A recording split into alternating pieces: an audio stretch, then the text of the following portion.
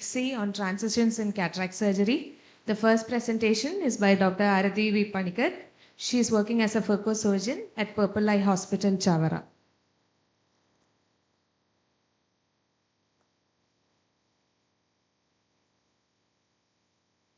Thank you, Dr. Sunita. I'll move on to my presentation. My topic is transition from SICS to phaco. What we need for a good successful phaco emulsification is access to a good microscope, because if we cannot see, we cannot do. Access to a predictable phaco machine, because in the initial stages we do not know whether it is our problem or the machine problem. A regular OT facility with at least 2 to 3 surgeries per OT in 2 to 3 days a week. Now, coming to the parts of a phaco machine, it includes a console, which is a computer chip assisted control unit with settings of power, vacuum, and flow rate. A handpiece, which is a piezoelectric crystal laden pen-like instrument where the electric energy is converted to ultrasound, and there is mechanical agitation of the titanium tip, which is a IA handpiece. A foot pedal, which has on-pitch movement, irrigation, aspiration, and then phaco power delivery. So in phaco paddle has 3 positions, 1, 2, and 3. Irrigation is activated in all the 3 positions. In foot position 1, only irrigation is activated, while in 2, irrigation and aspiration flow, and in 3, all the 3, irrigation, aspiration, and phaco. So irrigation, as we all know, is a passive process which is activated in all the 3 positions, and it compensates aspiration and leakage. So when there is more irrigation, the chamber deepens, and when the aspiration and leakage is more, the chamber shallows. So aspiration, as I said earlier, is activated in 2 and 3 position. It is measured in cc per minute. It regulates the flow to the tip. When there is more aspiration, more the flow. And vacuum in the tip is occluded by a fragment. The vacuum develops in the foot position 2. And as the nuclear fragment comes to the phaco tip, no fluid comes at this stage and the tubing collapses. So vacuum is measured by measuring the collapse of the tube by vacuum sensor. When the collapse reaches the preset vacuum, the motor stops, and it is measured in millimeter mercury. So we know that vacuum gives the holding power of the lens. Emulsification is activated in foot position 3. So as the energy is delivered, occlusion is broken and the vacuum comes down. The tubing gradually swell and the sensor activates the motor again, and this cycle happens. So the ease of the collapse and swelling of the tube is called compliance. As the tubing swell, if there is no nucleus, it draws in more fluid from the eye. So that results in surge, which is less in the newer machines. So here we can see the aspiration flow rate. The tip is kept at a distance, and when the aspiration flow rate is increased, the nucleus comes to the tip. That's how it happens. And vacuum is, now you increase the vacuum, the nucleus comes to the tip and it gets emulsified. So the emulsification, the aspiration comes and goes, the vacuum comes and goes, and the emulsification happens.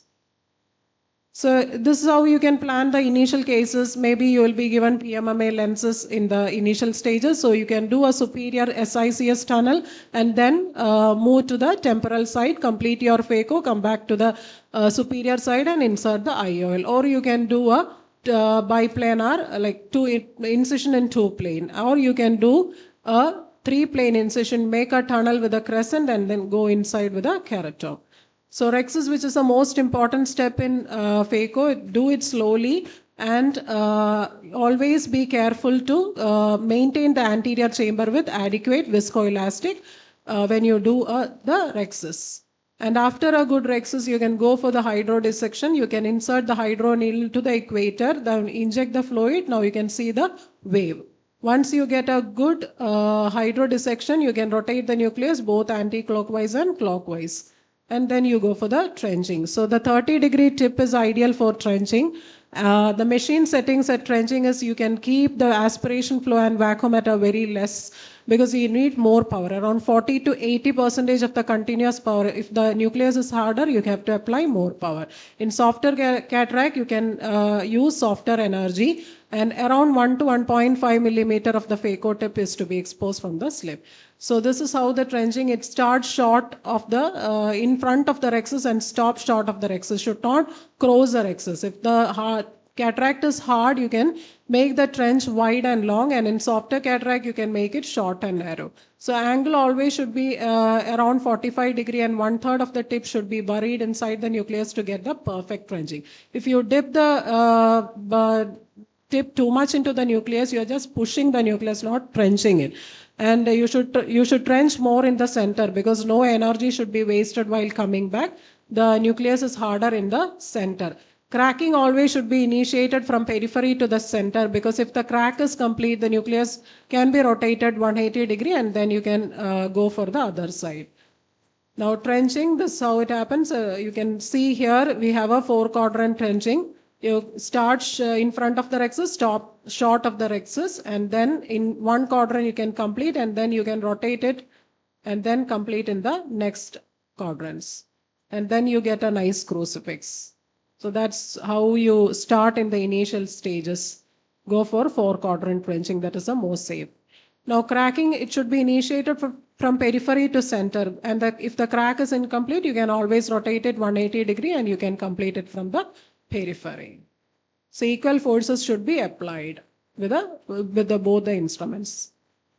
Now initial cases, how to choose the ideal case. Right eye should be preferred around grade 3 nucleus, well dilated pupil with adequate eyelid exposure. You should avoid deep seated eyes, deep chambers, myopic, shallow AC, because chamber fluctuation can happen in myopic eyes. AC depth should also be adequate. Now incision, you put it as clear corneal, because if it moves to the conjunctiva, there can be conjunctival ballooning, which can hinder the phacoemulsification. If you are comfortable with the superior section, you can go for the superior phaco. Square geometry incision always improves wound integrity and resists leaking and avoids endophthalmitis. So this is the single plane incision. Go a little bit in the corneal stroma, then get into the anterior chamber. Now side port incision should always be a funnel configuration. It should be around 2 clock hours from the main incision, because more than 2 clock hours, chopper motion becomes more like a sweep, and if it is less than 2 clock hours, it becomes more crowded. So always aim the side port blade to the opposite AC angle. Now closure, in the final stages, you go for a careful hydration and avoid the detaching the Descemet's membrane. You always assess the wound firmness and tightness after the surgery. Now 4-quadrant technique, we mentioned it earlier, how to make 4 quadrants, like starts in front of the rexus and it stops short of the rexus. And you can go for 4 quadrants. Stop and chop is another technique where you make a trench and then you go for 180 degree, take the 1/2 and then go for the chop. Now during trenching, always the power should be more, with less flow and vacuum. While impaling the nucleus, you need more flow and vacuum, and emulsification also requires the same. While impaling the nuclei, it should be correctly aligned for total occlusion. So in the first picture, that portion of the phaco tip is not occluded. Now you can rotate and get a good alignment, so the hold is good and the chop is achieved. Now the final step is the irrigation and aspiration. During IA, you always take the upper lip of the cortex and strip. In case the aspiration cannula clogs, you can rub the irrigation cannula to clear it. And you can change the hands to access the subincisional area. So see that the IA does not get overlocked and the chamber is always well formed.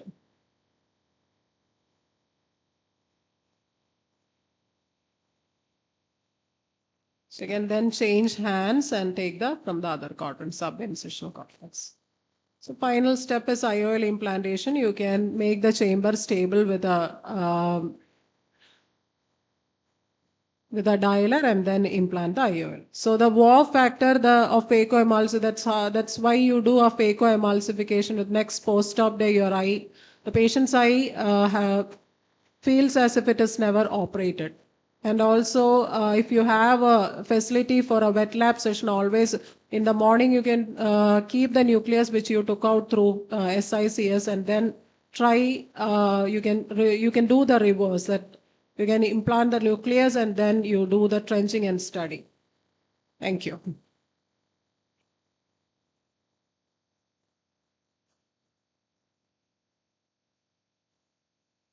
I think we'll take the questions at the end. The next topic is presented by Dr. Dilip Kumar. Sir is a phaco surgeon at Sanatana Eye Care, Chavakal. Thank you, Dr. Sunitha. Good afternoon. The ability to perform a cataract surgery, whether it is a phacoemulsification or nowadays even small incision cataract surgery under topical anesthesia, is a milestone to be achieved in our career as a cataract surgeon. Why to go for a topical anesthesia? What exactly is the advantage for the patient? The main factor keeping most of the patients away from undergoing cataract surgery is the fear of pain of injection. That is totally eliminated when we do the surgery under topical anesthesia. And we know in peribulbar anesthesia, when we give the injection, the patient may have to wait in the pre-operative room for 5 to 10 minutes while we are doing the eye massage or by keeping the weight in the eyeball. But that is not required in a topical anesthesia. Then quicker post-operative visual recovery, and it is also better cosmetically. Because in a peribulbar anesthesia, we know there are chances of ptosis or periorbital ecchymosis, subconjunctival hemorrhage and all. That is not there in topical anesthesia. And even grievous complications like orbital bleeding or globe perforation and optic nerve injury all will be absent in a topical anesthesia. And why it is good for the surgeon? In a peribulbar injection, we know there are chances of sudden rise in the intraocular pressure once the injection is given. And in some other cases, when we give the injection and we overdo the eye massaging, the eye may go for a hypotone. That is not there in topical anesthesia. In topical anesthesia, the surgeon gets to operate in a normally pressurized eye. And the patient can maintain the coaxiality of the eye, which will help us to perform the surgery more better. And usually we will avoid using any sharp instruments while doing the surgery under topical anesthesia, which help us to make our tissue handling more delicate. The surgeries will become faster, and it's also essential to improve the practice as a cataract surgeon.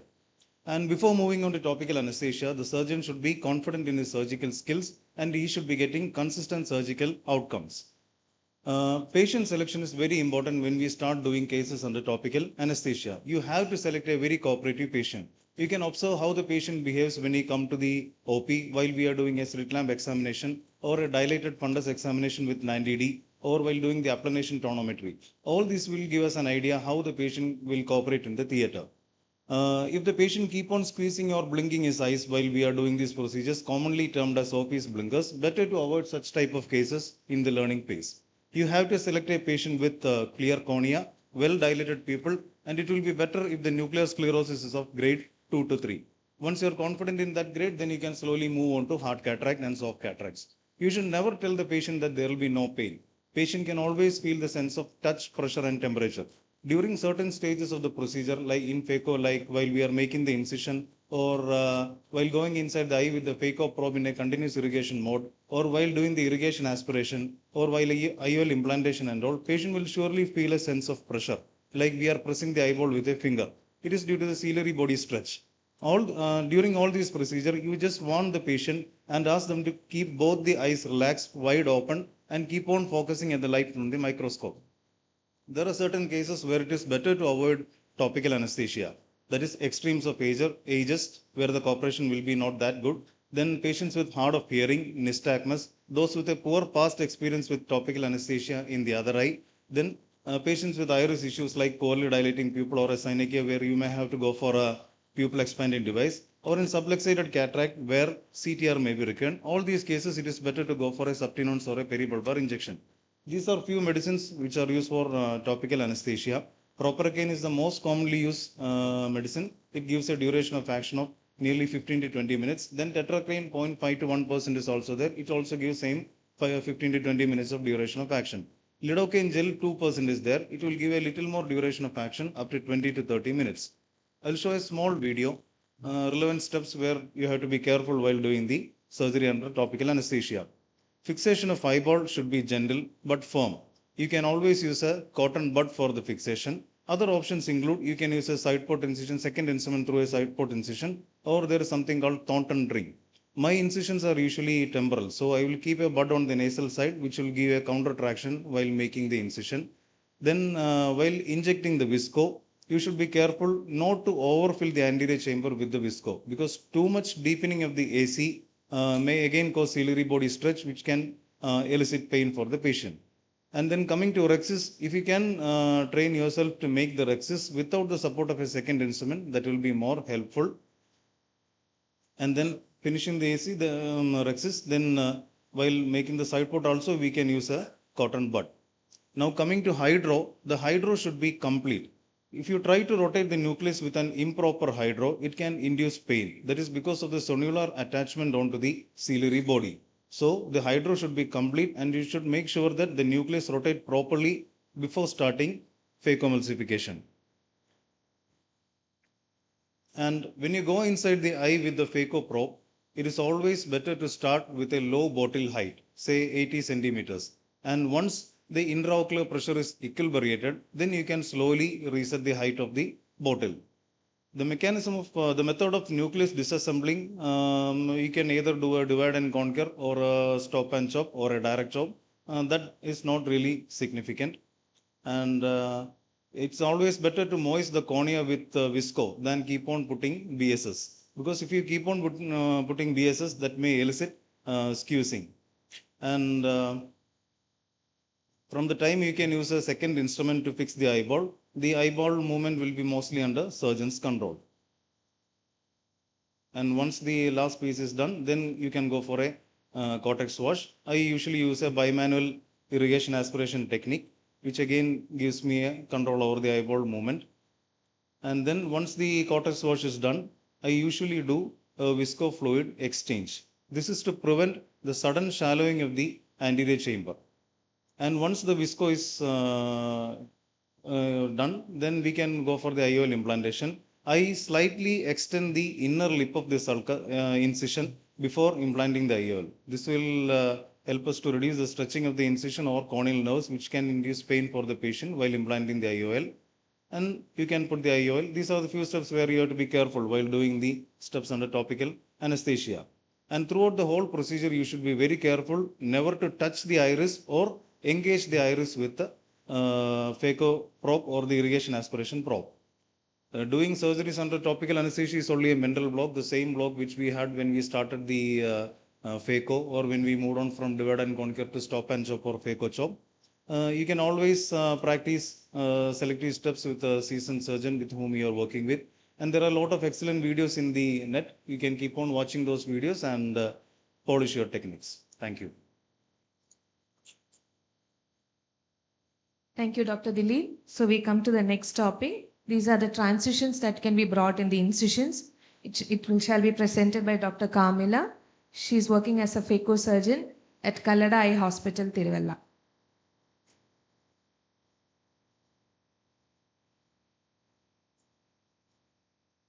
Thank you, Dr. Sunita. I will be talking about transitional incisions from clear corneal to microincision cataract surgery. It's a journey towards astigmatism neutrality and rapid recovery, minimizing trauma and maximizing outcome. So all these years, there is a paradigm shift in cataract surgery. Phaco was introduced by Kellman in 1960s with the aim to introduce smaller incision compared to the conventional larger ECC and SICS. Initial phaco incisions were larger, about 3 to 4 mm, with scleral channels.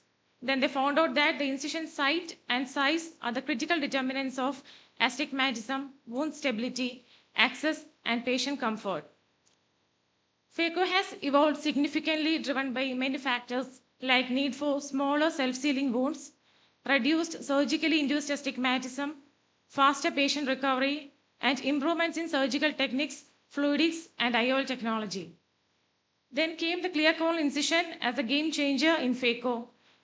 It's a self-sealing surgical wound created entirely within the avascular clear cornea. Now it has revolutionized modern cataract surgery. By being sutureless, it helps in faster visual recovery, reduces surgical time, and it helps in controlled astigmatism based on incision location. Its features are mainly as there is no conjunctival manipulation, there is no bleeding, and it's self-sealing due to corneal elasticity and valvular architecture. Site-wise, it is divided into superior, supratemporal, and temporal. And based on incision size, it is divided into standard phaco, where the incision size is between 2.2 to 3 mm, micro incision less than 2.2 mm. Based on wound architecture, it is divided into biplanar or triplanar. where the triplanar gives improved wound stability. Advantages are, as there is no conjunctival dissection, there is less inflammation and less intra-op bleeding, faster wound healing and less postoperative discomfort for the patient. It's ideal for topical anesthesia and gives predictable control of surgically induced astigmatism. Its limitations are, it is more susceptible to wound burn if the phaco sleeve collapses during surgery.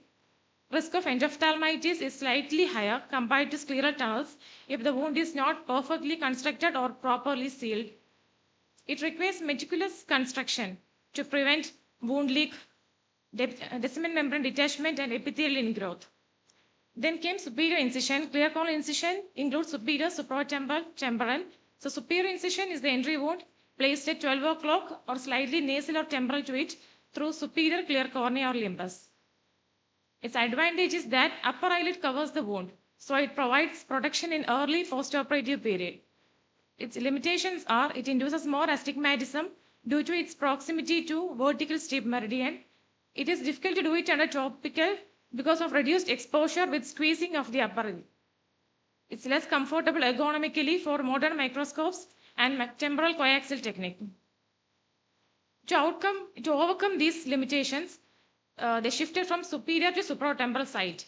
Supratemporal incision is a clear corneal incision placed supratemporally, that is 10 to 11 o'clock in right eye and 1 to 2 o'clock in left eye. It gives adequate maneuverability with early phaco system, good exposure for right-handed surgeon on right eye. Advantages are less dependent on lid position. It's comfortable for surgeon in early microscope designs, adequate wound sealing with 3 mm incision. Limitations are increased SIA due to proximity to steep meridian, less favorable in topical anesthesia due to squeezing of the eyelid, and difficult in deep set eyes or with tight orbits. So patient comfort and refractive outcomes prompted shift from supratemporal to temporal incision. A temporal incision is made at 9 o'clock in right eye and 3 o'clock in left eye. Rationale for transitions are temporal cornea tends to be flatter, so it induces less SIA, better patient comfort under topical due to less upper lid interference, and advances in foldable IOLs made smaller, more self-sealing temporal incisions possible. Advantages are reduced SIA due to minimal impact on corneal topography, greater ease in creating self-sealing wounds, easier access to anterior chamber in majority of eyes. Limitations are challenging. It's challenging in patients with prominent zygoma and narrow palpebral fissure.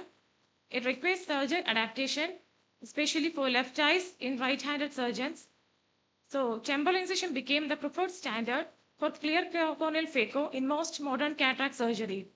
So to improve the refractive precision, they reduced the size, incision size of the temporal and introduced micro-incision cataract surgery, where the incision size is less than 2.2 mm in coaxial and less than 1.8 mm in bimanual type. So technological enablers for MICS are advanced phaco tip and sleeve designs, high fluidic stability with modern machines, development of micro-incision compatible IOLs. Two types, coaxial, where there's a single incision with modified phaco tip and the incision size is less than 2.2 mm. Bimanual, here two separate incisions measuring about 1.2 to 1.5 mm with no sleeve and separate irrigation and aspiration ports. Its advantages are significantly reduced surgically induced astigmatism near zero, faster wound healing and improved wound integrity, decreased risk of wound leak and endophthalmitis.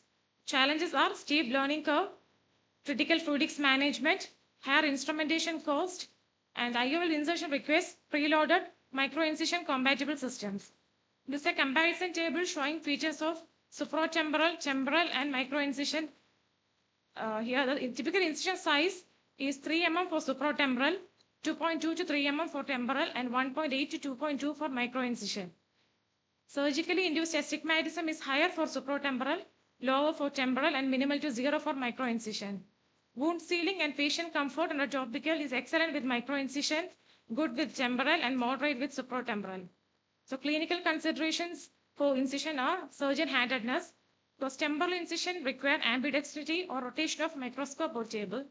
Anatomical factors like brow, cheek, and lid position may dictate the incision site.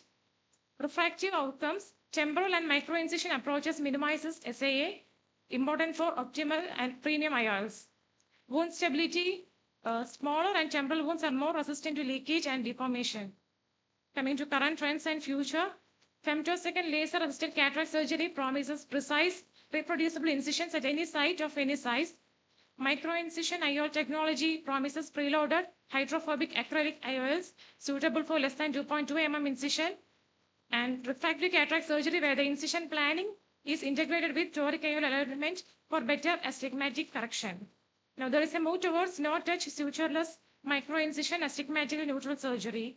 So to conclude, this transition in incision is driven by patient comfort, refractive outcomes, and improvement in technology. It's a journey towards less invasive, more astigmatically neutral surgery for better outcomes.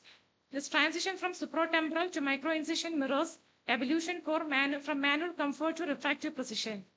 So finally, the incision choice must consider eye anatomy, surgeon ergonomics, and decide visual outcomes. Thank you.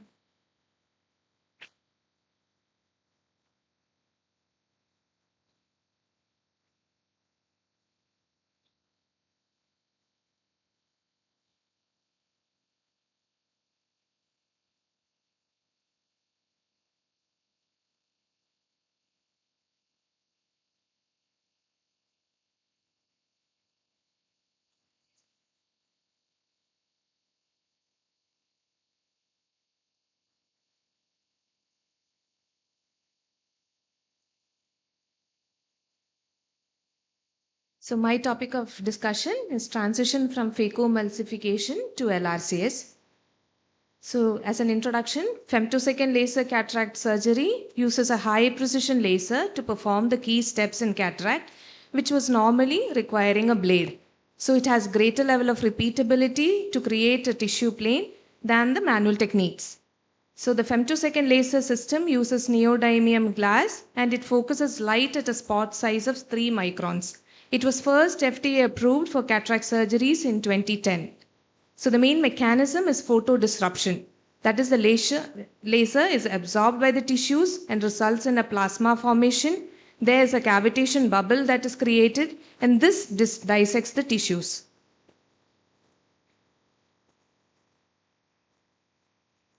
So this is the formation of plasma and the cavitation bubble.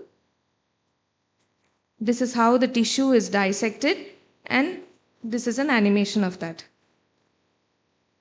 So the key features include the bladeless incisions, which has increased safety and predictability and reduces tissue trauma and swelling.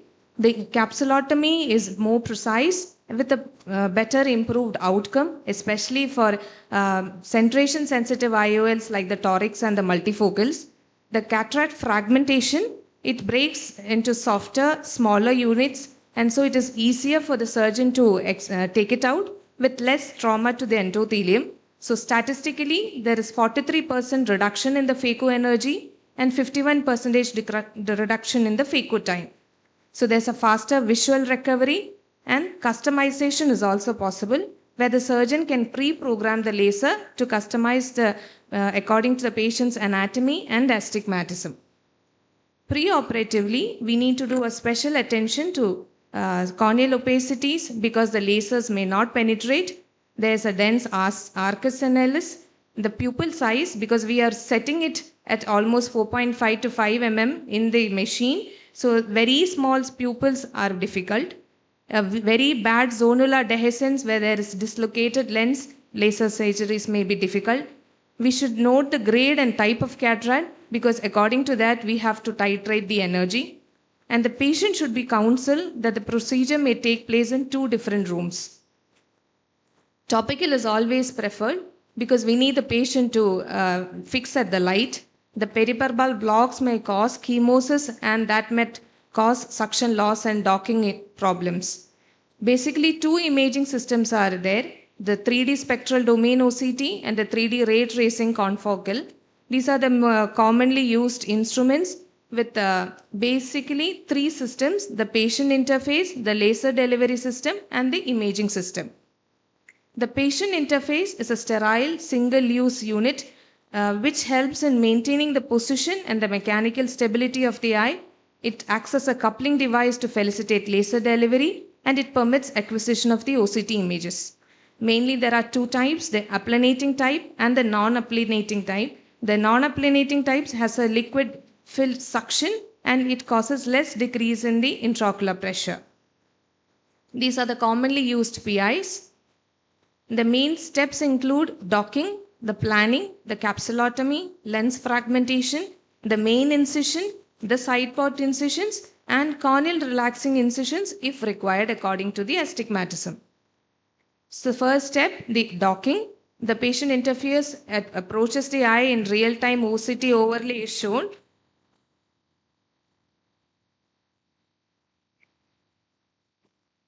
Centration is confirmed and the suction is activated. The IOP may raise to 10 to 20 mm of Hg. The next step is capsulorhexis.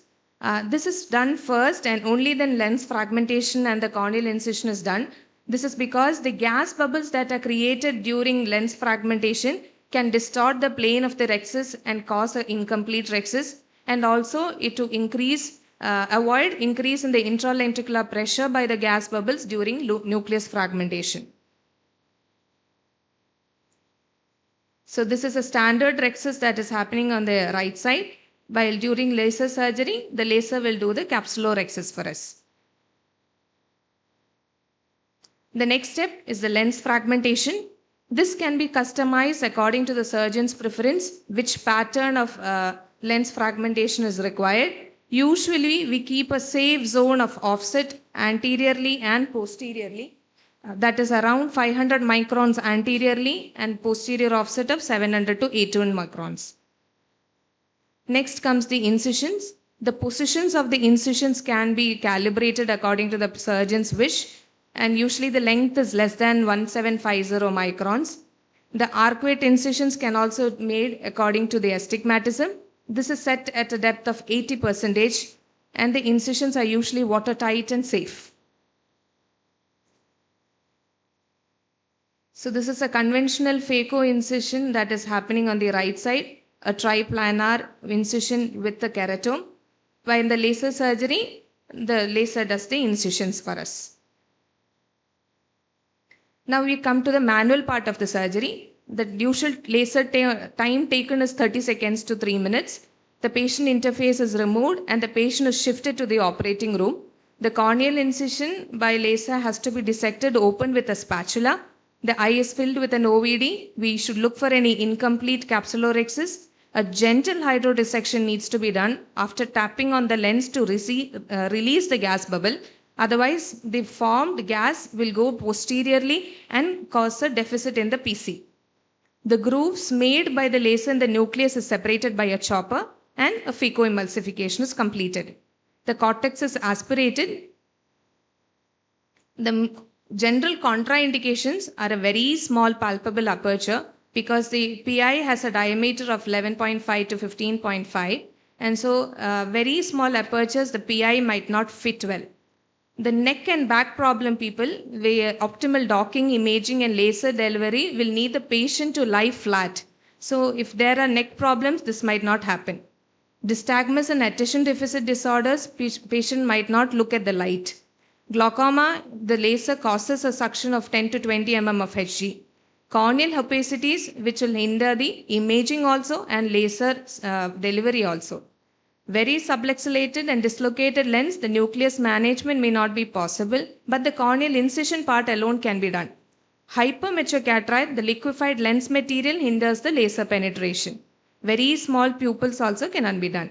So the things to consider is the cost, because the higher cost in conventional cataract surgery is due to the technology, and the operating room logistics, we need 2 operating rooms. The learning curve is a bit high for the surgeon, and there is an increased patient expectation. Unique complication are machine related. Any error in the software can cause loss of suction. We might need to stop or reattempt and switch over to a conventional phaco. If there is a loss of suction, improper docking, excessive high movement, again loss of suction happens. Subconjunctival hemorrhage can occur, pupillary constriction can occur, incomplete capsulorhexis might cause a capsular tear, and the capsular block syndrome causing a rupture of the PC. Advantages are in the incision. greater reproducibility, capsulotomy for better IOL centration, reduced ultrasound energy, and effective phaco time. Surgery in the eyes with zonular weakness also can be done because there's less stress during the rhexis and chop. The posterior capsular rhexis alone can be done, and it causes less macular edema. Just finished with a fast video of an actual patient being operated with a LRCS. So this is when the suction happens, a air bubble is formed, and we have got a proper good docking. The real-time OCT is starting. We can customize the incision positions. This is a primary incision and the side port incision. Now here we can customize the depth of the capsular rhexis. This is the size and customization of the main incision. And this is where the lens fragmentation we can do, and the actual laser emission is happening. We can see the cavitation bubbles and the gas formation. The lens fragmentation is happening. And once the incisions are done, we can release the suction and move the patient to the main theater. Thank you.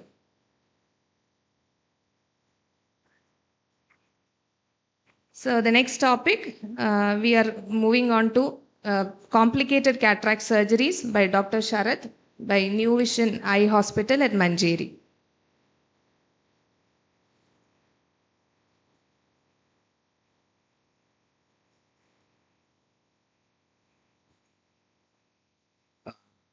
Thank you, Dr. Sunita, for the opportunity.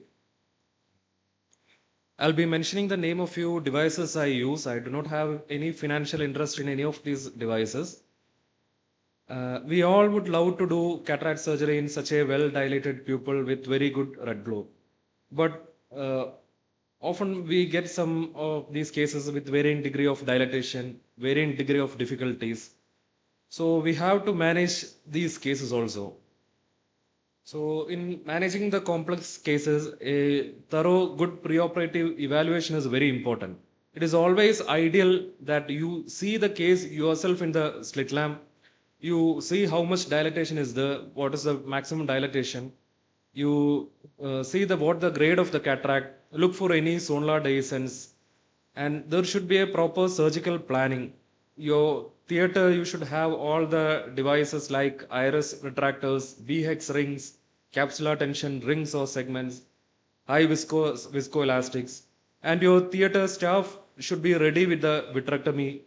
And there should be always a backup lens, either a iris claw or a multi-piece IOL. Ideally, both should be available. Iris claw lens and a multi-piece IOL should be available in the theater.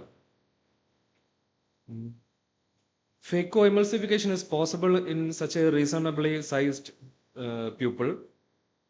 You can use high viscous viscoelastic to dilate the pupil whatever you can. Your rhexis should be little larger than the pupil size, and your hydro dissection should be in a right plane.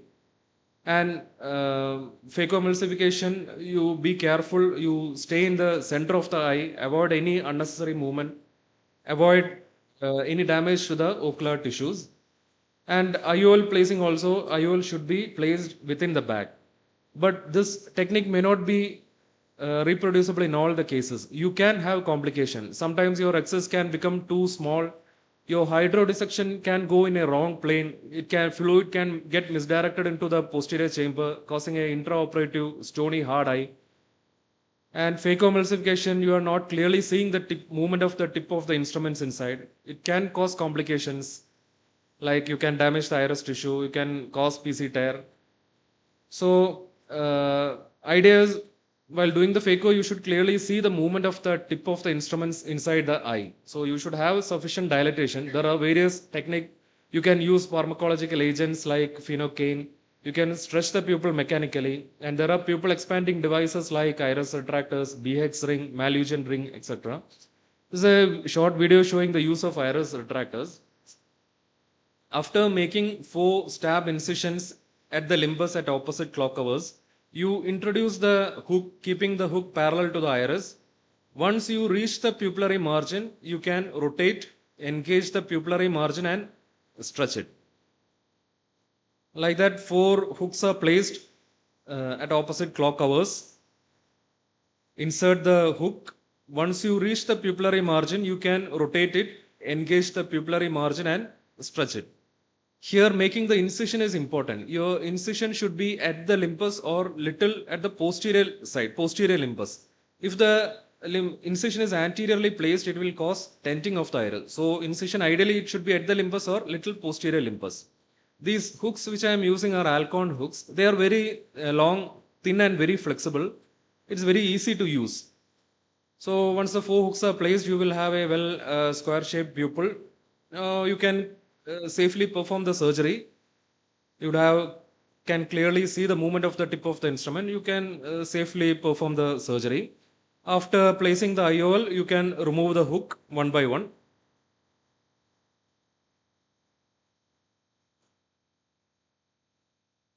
After placing the IOL, you can remove the hooks. The other most widely used pupil expanding devices are BHEX ring. These are 6 flanges. They have 6 flanges and 6 notches. Alternate flanges have holes and alternate flanges are plain. The flanges with holes will be tucked beneath the iris and plain flanges will be lying above the iris. Once it is placed, you will have a hexagonally shaped pupil. Here is a short video. These are very thin and flexible. Easily it can be slided through a 2.2 millimeter incision. There's a specially designed BX forceps is there. You hold the flange with the hole, you take it beneath the iris, tuck it beneath the iris. Simultaneously, the notch on either side will engage the pupil. It's important to fix the eye with the second instrument. You hold it at the center hole, take it beneath the iris. You can see simultaneously notches will engage the pupil. Repeat the same procedure on opposite side. You will get a nice hexagonal shaped pupil that is sufficient for such a hard cataract like this, more than enough. So removal also is very easy. You hold the flange above the iris, you pull it towards the center. That will disengage the this from the iris margin. Easily you can pull it out through the main incision. So removal is very easy. If you want more dilatation, B octa rings are available. They have 8 flanges and 8 notches. But most of the time, BX ring is sufficient for most of the cases. The other challenging case are these hard leathery brown cataracts. Here, phaco will be difficult because this posterior plate will be very thick and leathery. It is very difficult to completely separate the nucleus into small fragments. Chopping such hard cataracts can cause stress over the zonules. It can cause zonular dialysis, and phaco emulsification, you will be using a lot of phaco energy. It can cause corneal endothelial problems. So idea is you create a very deep and wide trench at the center of the nucleus. So make the posterior plate very thin so that it will easily crack and you will get a very good hold of the nucleus. For chopping such hard cataract, you should have a very good hold of the nucleus. For that, 2 things are needed. You should have a very high vacuum and your tip should be buried deeply inside the nucleus. Then only you will get a good chop for such hard leathery cataracts. Here you can see the surgeon is attempting to chop, but nucleus is slipping. You can see the nucleus is slipping. It's not getting chopped, but it is getting slipped. This is because the hold is not good. So such case, you should stop there. You should either increase the vacuum or the tip should be buried deeply inside. Then you will get a good chop. Here's a video. The rexus should be a little larger in such hard cataract. You make a very deep and wide trench in the center of the eye so that posterior plate is very thin. You take time for the step. You make it very wide and deep. Posterior plate is very thin. Then you start to chop. Your lateral separation should be done in multiple attempts. In each attempt, you introduce the chopper, you do some separation, then you place the chopper further down and separate, then again further down and separate. Like that, you should progressively go down and separate. Instead of separating in one attempt, you should do it in multiple small attempts. If you do like that, stress over the zonules will be less. You can divide the nucleus into 6 or 8 small pieces, then your emulsification will be less. Your quadrant removal, you can use high viscous viscoelastic to protect the corneal endothelium. Once the fragments are divided into small pieces, completely separated, you will have very good followability. Your quadrant removal will become much faster and easier. So that's it. In a proper surgical planning and adapting appropriate technique for each case, we can significantly enhance the visual outcome in such complicated cases. Thank you. Thank you, Dr. Sharad. Our last topic is a transition from monofocals to advanced IOLs. The talk shall be done by Dr. Isham from New Vision Eye Hospital, Manjeri.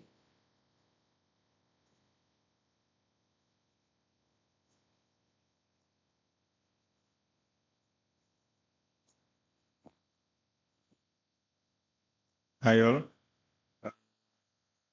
I'll be ending this IC by, and all my co-Arsenites have done a beautiful job in explaining the transition of cataract surgery from the olden days to the latest technology. So my topic here will be transition from the monofocal lenses to the newer generation IOLs.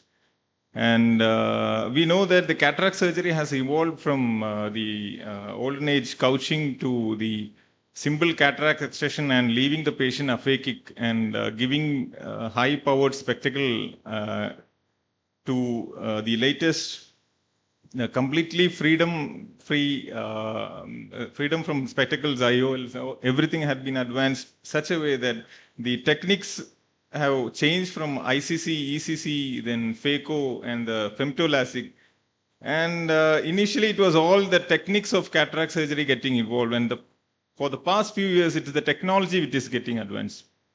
So the machines we are using, the operating microscopes we are using, the intraocular lenses, all are getting, the technological side is advanced. So what is an ideal IOL? An ideal IOL should give distant, intermediate as well as near clear vision to the patient without any photophic phenomena, no glares, no halos, starbursts or any dysphotopsias, and it should be cost effective also. But unfortunately we don't have a proper ideal IOL suitable for all patients. So it's our thing to choose the right IOL for the right patient. So I'll be talking about some newer IOLs. Everyone know about the toric IOLs. It corrects astigmatism and it is indicated in all patients with astigmatism more than 1.5, and in some cases even more than 1 also we can consider giving the toric IOLs.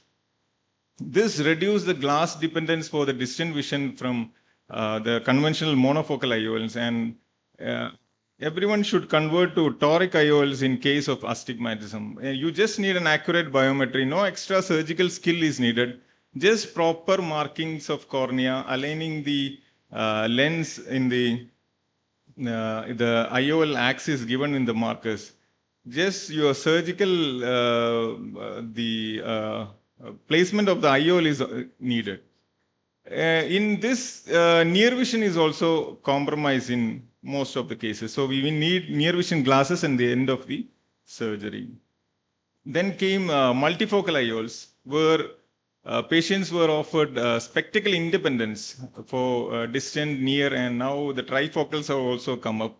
So in these IOLs, we just have to be careful about the unhealthy retina, other ocular surface disorders, and the previous keratosis surgeries. You have to think about the patient, discuss with the patient about what he is doing. So it should be avoided in those patients who is like driving at night or working in high light conditions. So the only problem with multifocal IOLs is that contrast sensitivity is compromised in those cases, and visual disturbance, all the glares, halos is a possibility. So it also is not suitable for all, but yeah, we can go and choose in some patients. And the latest one is the extended depth of focus IOLs. This has less photopic phenomenon, and there is no loss in contrast sensitivity. And the surgical technical is also easy. We don't need a perfect rexis or a perfect centration. Even then, the IOL will give good distance as well as intermediate distance. And it's very helpful in patients who is using the computers or the laptops. But still, some patients may need the glasses for reading very small fonts. So surgical tips is mainly in wound construction. It should be have good pupil dilatation. Then the rexis, I prefer to put trypan blue in all cases. Then the phaco part, everything my colleagues have taken care of it. Then the clear markings we put in the slit lamp is needed in the sitting position in toric IOLs. Then a proper visco wash under the IOL is needed at the end of the procedure so that it is well centered. Then IOL, AC is formed at the end of the case. And when you put a good, choose the patient it's not like transition to premium lenses. It is actually to choose the right IOL for your right patients. So thank you. This is our transition from PGs is watching the training of senior to we training the other trainees. Thank you.